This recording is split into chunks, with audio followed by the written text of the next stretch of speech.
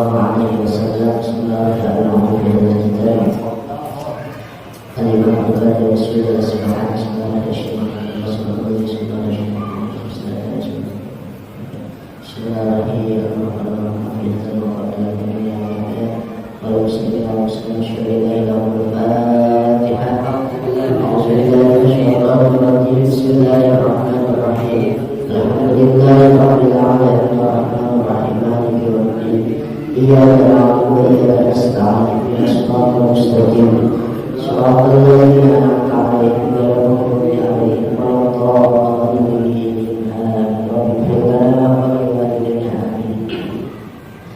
Bismillahirrahmanirrahim.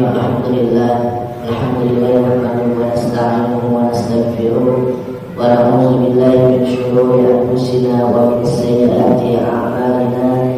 May yahdihillahu fala mudilla lahu wa man yudlil fala hadiya lahu. Asyhadu an la ilaha illallah wahdahu la syarika lahu wa asyhadu anna sayyidana wa nabiyyana Muhammadan abduhu wa rasuluh. Amma ba'du, fa asdaqul hadits kitabullah ta'ala wa khairul hadi sayyidina Muhammad sallallahu alaihi wasallam wa sharrul umuri muhdatsatuha wa kullu muhdatsatin bid'ah wa kullu bid'atin dhalalah wa kullu dhalalatin fi an-nar. Qul subhanaka la ilma lana illa ma 'allamtana innaka antal alimul hakim. Shadaqallahul 'azim. Qala Rasulullah rahimahullah ta'ala wa nafa'ana bihi wa bi ulumihi wa bi barakatihi fi dharain amin. Faslun wa riba fi zahabi wal fiddati wal hukumati. Ini satu pasal menerangkan mengenai riba. Kata Rasulullah, riba itu terjadi pada tiga hal. Pertama, riba itu terjadi pada emas, yang kedua pada perak, dan yang ketiga pada makanan pokok. Jadi pada malam hari ini kita masih melanjutkan mengenai bab jual beli. Sebagaimana pada pertemuan-pertemuan yang lalu kita sudah membahas mengenai jual beli yang sah. Di antara jual beli yang sah itu adalah menjual barang yang dapat kita lihat. Jadi jangan sampai kita membeli kucing dalam apa? Dalam karung, tidak jelas sekarangnya, tidak kelihatan. Maka jual beli harus jelas bahwasanya barang itu memang benar-benar ada. Yang kedua, jual beli yang disifati pada tanggungannya. Biasanya kita menjual sesuatu, membeli sesuatu, itu ada sifat-sifatnya. Kita menjual baju, kita membeli baju, ya.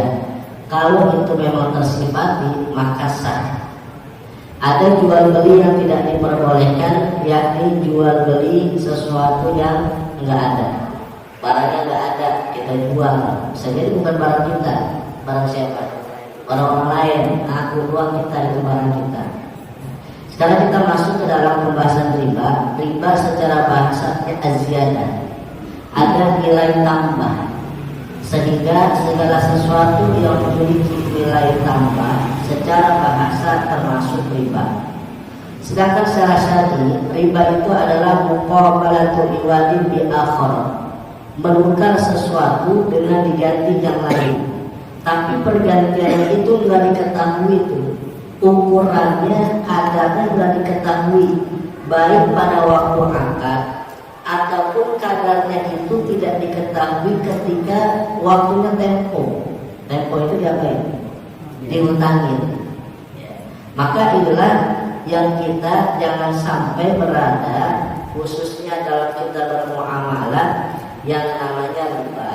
Nauzubillah min dzalik. Allah Subhanahu wa taala berfirman, wa ahallallahu al-bai'a wa harrama riba. Allah membolehkan, Allah menghalalkan jual beli, namun Allah mengharamkan yang namanya riba. Apalagi sekarang yang saking maraknya berada di daerah kita, di wilayah kita, ini hati-hati Pak. Kebanyakan ada orang yang ngutangin, minjemin duit, ya. Minjemin duit buat orang-orang yang memang terdesak perluannya. Dikasih pinjam 1 juta, Maka dalam waktu 1 minggu, 1 bulan, kalau dia nggak bisa melunasi uang tersebut, maka akan memiliki nilai lebih. Maka lebihnya itulah yang dinamakan sebagai riba. Maka oleh karena itu, kalaupun kita sedang ada keperluan kepepet, lebih baik pinjam kepada orang yang kita percaya. Pinjam kepada orang yang kita percaya. Jangan pinjam kepada tadi orang-orang yang kita sebut rentenir. Ya, bangke ya, bang keliling benar. Nah itu bahaya itu. Kenapa? Kalau misalnya pertama kali, kedua kali, wah kita merasa terbantu ini. Lama-lama keasikan, ya dikasih 1 juta, 2 juta, kita bisa untuk mulai. Lama-lama keasikan. Kita minjem terkadang melewati daripada batas kemampuan kita. Nah ini dikhawatirkan. Gara-gara bunganya, kita membayar bunganya, tambahannya, nilai lebihnya lebih tinggi, maka yang terjadi untuk mengulangi modal aja kita nggak bisa. Ya kita bayar hanya bunganya terus. Kenapa alasannya? Karena mereka ketika meminjamkan sesuatu itu ada nilai tambah di situ. Itulah yang dianggap riba. Lebih baik bagaimana kalau kita punya teman terpercaya? Lebih baik kita minjem kepada teman. Kita juga minjem sama teman harus punya pikiran. Ya, kita minjem 1 juta nih, kita minjem 1 juta. Alangkah baiknya ketika kita mulai itu kita lebihin. Ya. Itu riba nggak? Enggak. Kenapa riba? Karena tidak ada transaksi di awal. Ini kalau bangke tadi tuh, bank keliling tadi, karena ada transaksi di awal. Pokoknya setiap hari itu 0,5% misalnya, atau 1% dari uang yang dia pinjamkan. Seminggu, sebulan, apalagi dia telat lagi bayarnya, itu lebih apa tuh? Lebih banyak lagi benarnya. Nah kita udah ditolong sama orang lain, ini sesama Islam kita, ini sesama saudara, kita lagi banyak keperluan. Lalu kita minjem sama teman 1 juta umpamanya, dikasih sama teman. Ketika dikasih uang, dikasih pinjam, dikasih bantuan, 1 bulan berikutnya kita ada rezeki. Ketika ada rezeki kita bayarin itu. Minimal kita lebihin Pak. Buat apa? Buat tadi membantu daripada keperluan kita. Itu bukan riba. Karena di awal ada transaksi. Udah pakai ini dulu. Besok kalau ada rezeki silakan untuk dikembalikan. Itu bagusnya begitu. Kita minjem motor sama teman, ya, itu motor emang udah ketahuan bensinnya full. Bahagia dari sini ke Jakarta, lah pulang kan dari sini bensin. Coba yang ngasih pinjam dompel gitu. Besok nih gua lagi, nggak mungkin besok nih gua ngasih pinjam lagi kayak gitu. Walaupun yang namanya pinjam nggak ada syarat. Nih pinjam, pakai motor ini, tapi ntar pulangnya bensin. Kita nggak ngomong kayak gitu, enggak. Cuma yang minjem punya apa? Punya pikiran. Lu udah minjem, nyusahin lagi. Ya, nah itu sama kayak uang tadi lah. Ya, kita bantu orang, kita nolong orang, tapi kita ketika dibantu punya belas kasihan, punya feedback lah. Ya, punya feedback. Para hadirin jangan dimuliakan Allah Subhanahu Wa Taala. Maka jangan sampai kita berhutang yang melebihi daripada kapasitas kita. 1. Yang kedua, bahwasanya ada nilai-nilai sunnah yang lebih diutamakan dibandingkan nilai wajib. Contoh apa? Tadi kita minjem sama teman nih, utang 1 juta. Dia ngomong besok ya 1 bulan yang akan datang saya bayar. Saya bayarnya tanggal 10. Bayar tanggal 10. Maka bulan yang akan datang dia wajib bayar pada tanggal berapa? 10. Wajibnya. Sunnahnya kapan? Sunnahnya sebelum tanggal 10 dia udah bayar. Itu bagusnya kayak gitu. Jangan nungguin tanggal 10 baru bayar. Kita alhamdulillah punya uang nih tanggal 5 misalnya. Jangan nungguin tanggal 10. Walaupun tanggal 10 wajib, maka kita keluarkan di tanggal 5, itu hukumnya sunnah. Apalagi kita memberi salam kepada orang lain, hukumnya apa? Sunnah. Memberi salam hukumnya sunnah. Menjawab salam hukumnya wajib. Mana yang lebih utama, sunnah atau wajib? Untuk hal ini lebih utama sunnah. Kenapa demikian? Tadi orang yang lebih dahulukan memberikan sebuah salam, walaupun sifatnya sunnah, itu lebih utama dibandingkan menjawab salam. Walaupun jawab salam hukumnya wajib. Jadi bukan hanya kita ketemu kepada orang lain, kita misalnya ke rumah, kita tahu ini kuncinya sama kita nih. Di rumah gak ada orang, ucapin salam gak? Ucapin salam. Walaupun kuncinya kita apa ya? Kita yang megang. Insya Allah kalau kita mengucapkan salam, kata para ulama, kita tidak akan kehabisan yang namanya materi. Itu gara-gara mengucapkan salam di rumah. Maka luar biasa potensi umat Islam kalau mereka tahu sebetulnya apa yang ada dalam syariat agama, insya Allah di dunia hasanah, wa fil akhirati hasanah. Cuma kadang-kadang kita karena nggak tahu ilmunya, masuk rumah ngorong-ngorong aja. Ya, kadang-kadang kita mau ke rumah orang tua, kita ke rumah orang tua, bukan bagian orang tua. Ya, apa aja diambil di rumah orang tua. Kalau kita ilmunya tahu, insya Allah dari dunia hasanah, wa fil akhirati hasanah. Kalau orang nggak ada saya di dalam rumah Sama tadi. Ya, yang kagak ada aja kita dianjurin ucapin salam, apalagi yang ada. Kayak zaman sekarang, akhlaknya nggak ada, attitude-nya nggak ada. Ya, masuk orang ngono aja kondisi kagak, salaman kagak, apalagi ucapin salam. Makanya kita tadi kata ulama, orang-orang yang masuk ke dalam sebuah rumah, lalu dia ucapin salam, insya Allah rezekinya dijamin. Itu salah satu. Dan kalau masuk ke dalam sholat, kita lagi sholat, ada orang kuat mengucapin salamnya nih, Assalamualaikum, gitu kan? Kita lagi sholat itu bagaimana? Kalau kita lagi sholat bisa jawab, ya. Karena kita sedang melakukan ibadah juga, Ya. gitu. Dan juga yang mengucapkan salam kita tahu dia lagi ngaji nih. Ada orang baru datang mengucapkan salam, itu bukan baik. Kita omelin Pak. Itu ganggu orang aja.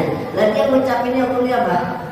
Sunnah. Kita yang dengar wajib. Jadi ganggu orang. Maka ketika datang ke tempat ya pengajian atau misalnya di sekolah, kalau misalnya telat datang aja mengucapkan salam. Justru lebih baik itu dibandingin mengucapkan salam tapi mengganggu orang lain. Apalagi orang di sholat. Ya, di sholat kita mengucapin salam. Tetangga kita ini Sering gitu ya. Ya. Apa yang harus kita lakukan? Minimal yang kita lakukan adalah memberikan sebuah kode. Apakah suara kita kerasin? Yang penting ketika sholat jangan menjawab salam. Kayak itu Ustaz, tadi yang masalah kayak pinjol. Kan kadang-kadang kayak ada yang ngambil motor tuh. Nah kadang-kadang kayak ngambil motor, mobil gitu.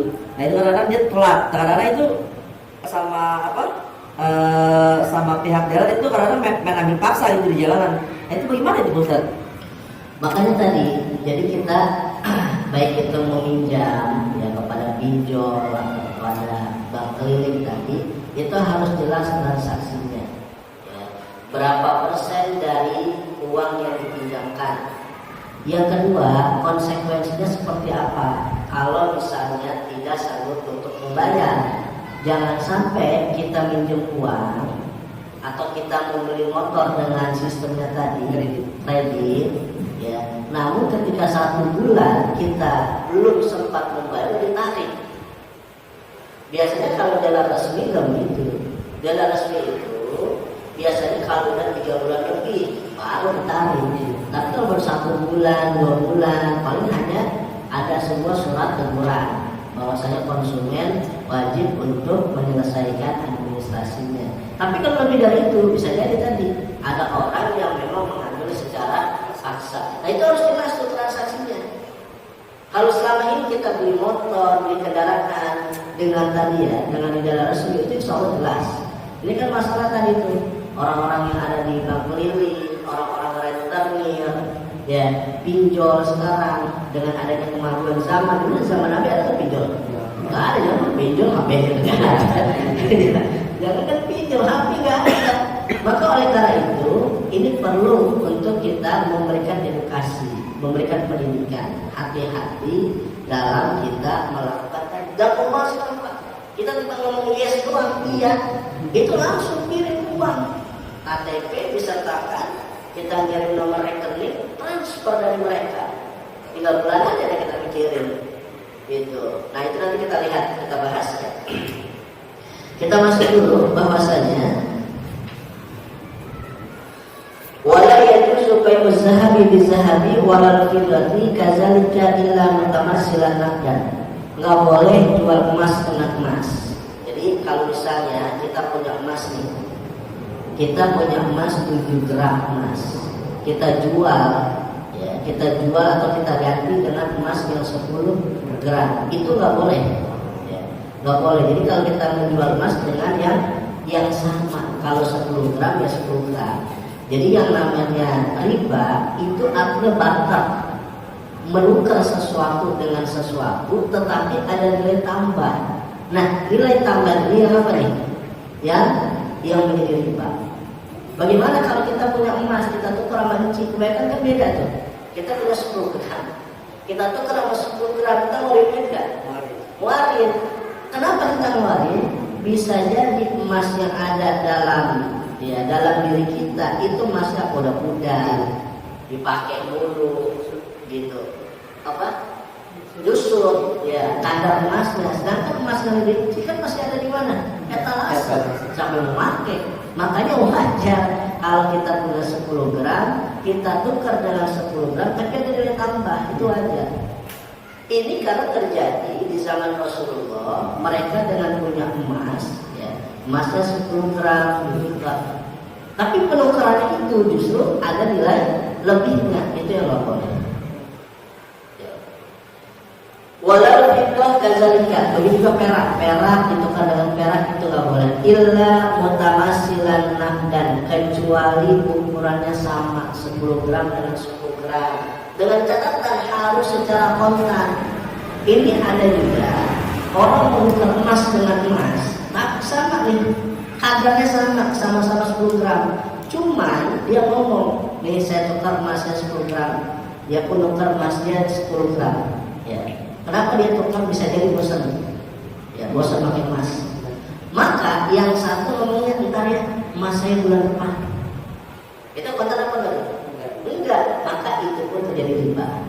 Jadi dibolehkan emas dengan emas, perak dengan perak, dengan ukuran yang sama, dengan sistem juga yang kontan. Nggak boleh sistemnya, ya sistemnya tempo. Wala bai'u mabtadahu hatta yaqbidahu, tidak boleh menjual ya barang sehingga ia terima. Kita menjual, ada orang kita beli barang sama orang lain, itu barang belum kita terima, kita udah menjual sesuatu itu, maka hukumnya nggak boleh.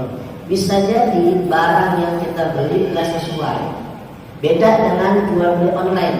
Kalau jual beli online itu jelas, ada sifatnya, ini dikirim oleh kurir ya, dalam jangka waktu estimasi 3 hari, itu jelas.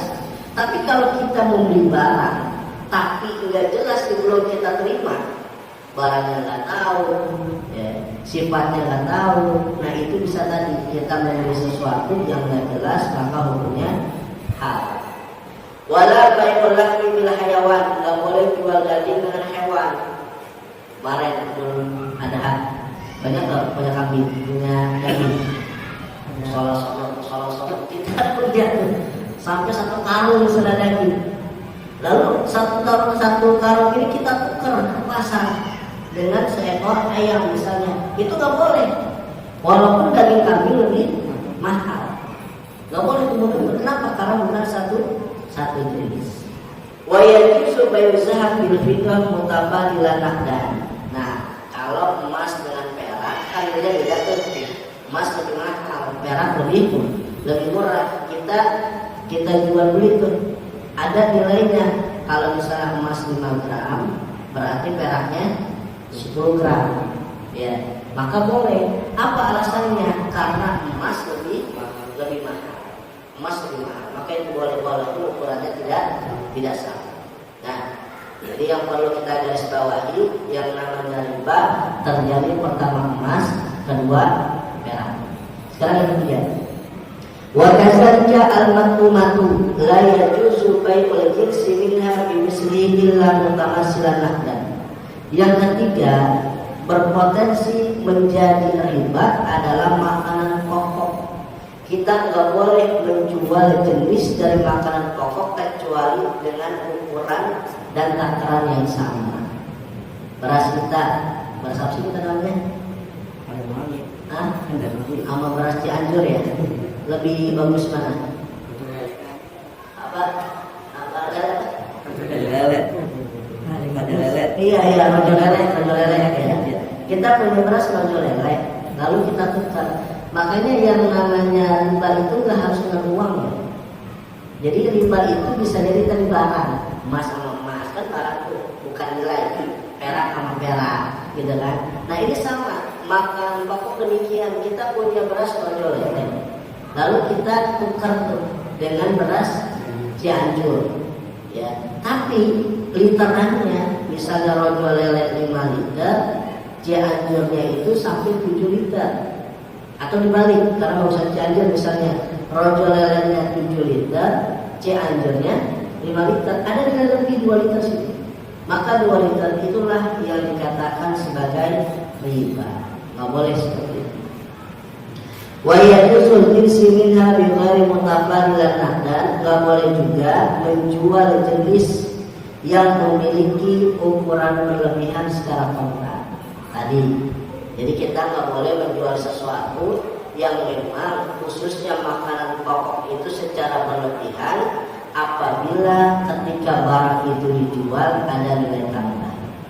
Wala yajuzu bai'ul gharar. Nah ini penting. Nggak boleh kita jual beli yang sifatnya gharar. Gharar itu tipu daya. Kemarin sedikit saya singgung. Ada orang menjual lele. Ya, dia nawar dan si pembeli. Bang, saya mau beli lele. Kata penjual, yaudah tuh lele itu banyak di mana? Di kolam. Lah, berapa kilo itu lele?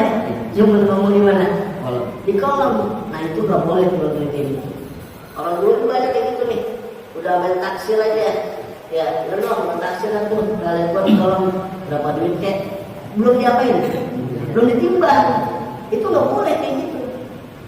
Sekarang lagi nih, orang yang lagi pada musim burung, burung, jadi mau jual burung. Ada orang beli, bang saya mau beli burung. Ya udah dong, burung gua ada di Konaka, gitu. Nggak tahu tuh burung siapa. Itu juga nggak boleh, itu burung. Kalau kita mau jual beli, ambil dulu burungnya, ada kandangnya, baru kita serahkan. Gitu. Makanya ini terjadi kebanyakan orang dulu gitu, menggampangin urusan masalah jual beli. Padahal bisa jadi ada unsur tipu dan menipu. Itulah yang nggak boleh dalam Islam. Makanya kita menjual atau membeli sesuatu memang harus jelas. Terkadang yang udah jelasnya kita kena tipu pak. Kita beli di Shopee, sebutin merek kan? Tokopedia, ya Lazada, udah jelas itu bizimah, bau sufu bizimah, disifati dengan tanggungannya. Tapi ketika nyampe ke rumah, beda lagi. Ya, kalau bisa diretro sih nggak apa, bisa dibalikin sih nggak apa. Terkadang nggak bisa diapain, nggak bisa dibalikin. Inilah yang kata Rasulullah, jual beli yang sifatnya jujur sebetulnya itu bisa memberikan kekayaan kepada seseorang. Sebaliknya, jual beli yang sifatnya tadi itu ada terjadi goror, ada ingin meraih keuntungan yang besar, ya itu tadi jual beli yang memang dari orang sampai mati juga nggak naik kaya. Padahal potensi orang jadi kaya ngapain? Jual beli. Maka oleh karena itu adalah tadi kita menjual beli jangan ada mengecewakan daripada konsumen. Berbohong. Yang kedua, kita ketika menjual dan membeli sesuatu ini jangan sampai terjadi dua harga. Ya, dua harga. Maksud dua harga gimana? Maka Imam Tirmidzi kalau ada orang membeli sesuatu, nih saya jual motor misalnya, yang sering terjadi di kita. Motor cashnya misalnya 20 juta, kreditnya selama berapa tahun kita katakan 2-3 tahun ya, 2-3 tahun. Ini sebulannya misalnya sampai 1,2 selama 3 tahun ya. Maka terserah dah mau milih yang mana, Nah, kalimat itu belum jelas, Pak. Belum jelas. Artinya ada sebuah harga di dua, ada sebuah harga di satu barang dengan dua harga. Maka itulah yang menjadi sebuah riba. Kecuali kalau dia ngomong nih, pokoknya cashnya sekian, 25 juta. Kalau mau kredit sekian dalam jangka waktu 3 tahun, itu nggak apa-apa. Memang beda tipis antara yang pertama dengan yang kedua. Apa bedanya? Kalau yang pertama nggak jelasnya, cuma dia ngomong ini motor cashnya sekian, 25 juta, kreditnya dalam jangka waktu 3 tahun sekian, terserah bapak mau ambil yang mana. Tuh, jadi kita dikasih dua pilihan harga. Tapi kalau kita ke dealer, wah saya pokoknya udah lihat kamen kredit, udah jangan aja pakai apa, harga cash. Jadi ada dua harga. Jadi kalau kita emang mau beli kredit, tanya ini kreditnya berapa, DP-nya berapa, udah jelas. Jadi emang baik dalam apa? Satu harga. Nah inilah yang terjadi bahwasanya kalau kita membeli sesuatu dalam sistemnya angsuran, ini harus jelas di awal. Jangan sampai kayak tadi, kadang-kadang nih KPR Pak, mohon maaf, itu kan jangka waktunya bukan 5 tahun, jangka waktu 20 tahun. Lagi kemarin banyak para konsumen yang merasa dirugikan akibat apa? Pandemi.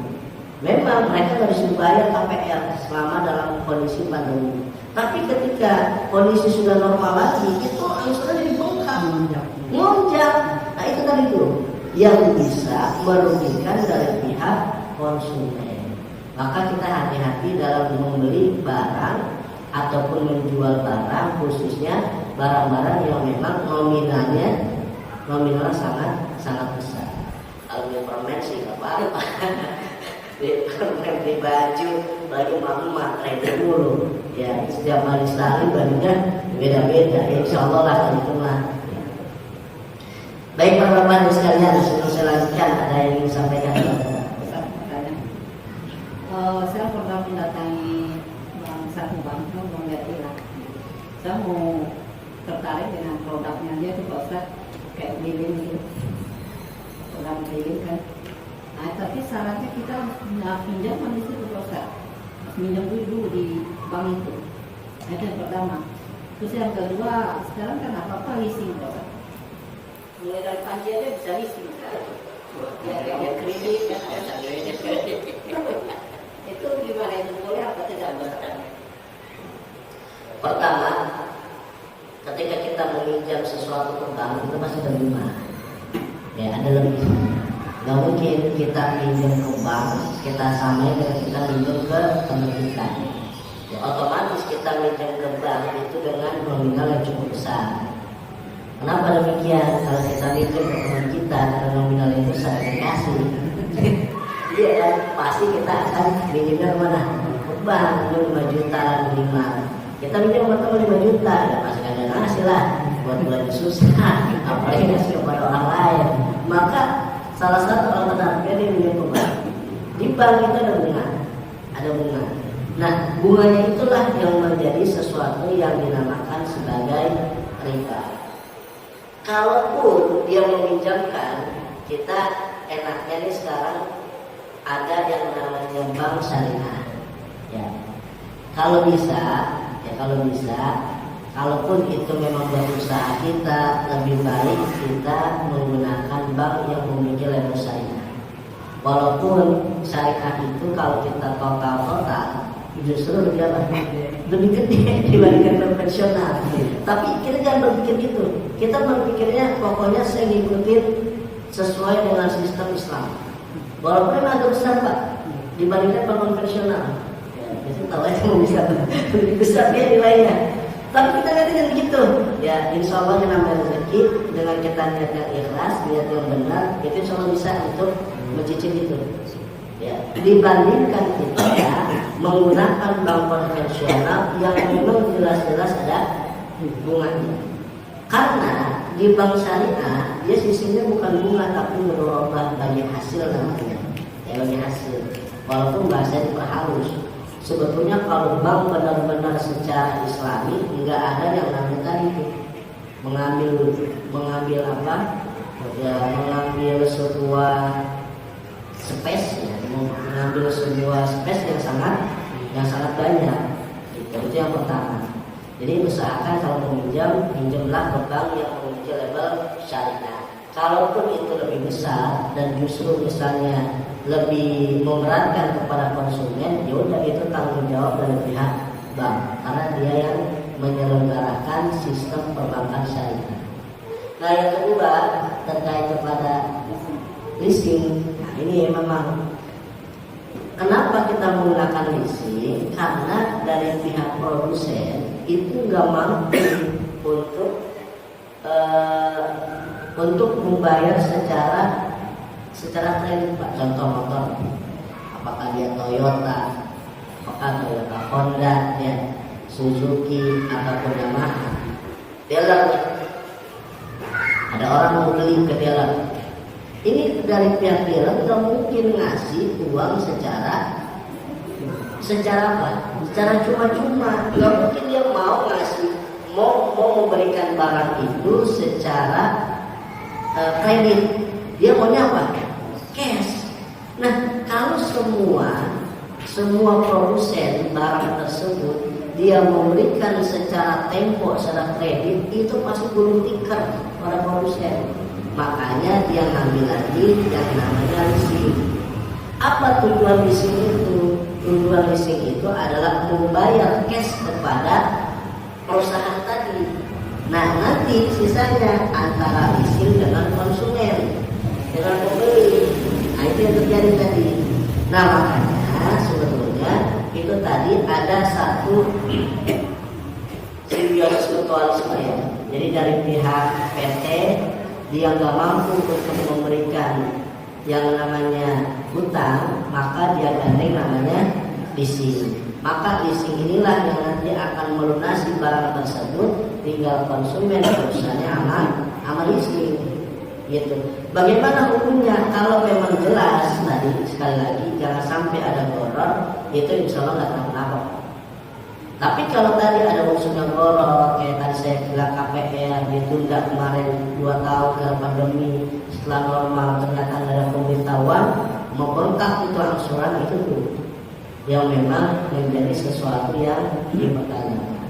Selama leasing itu amanah dan kita tahu berapa persen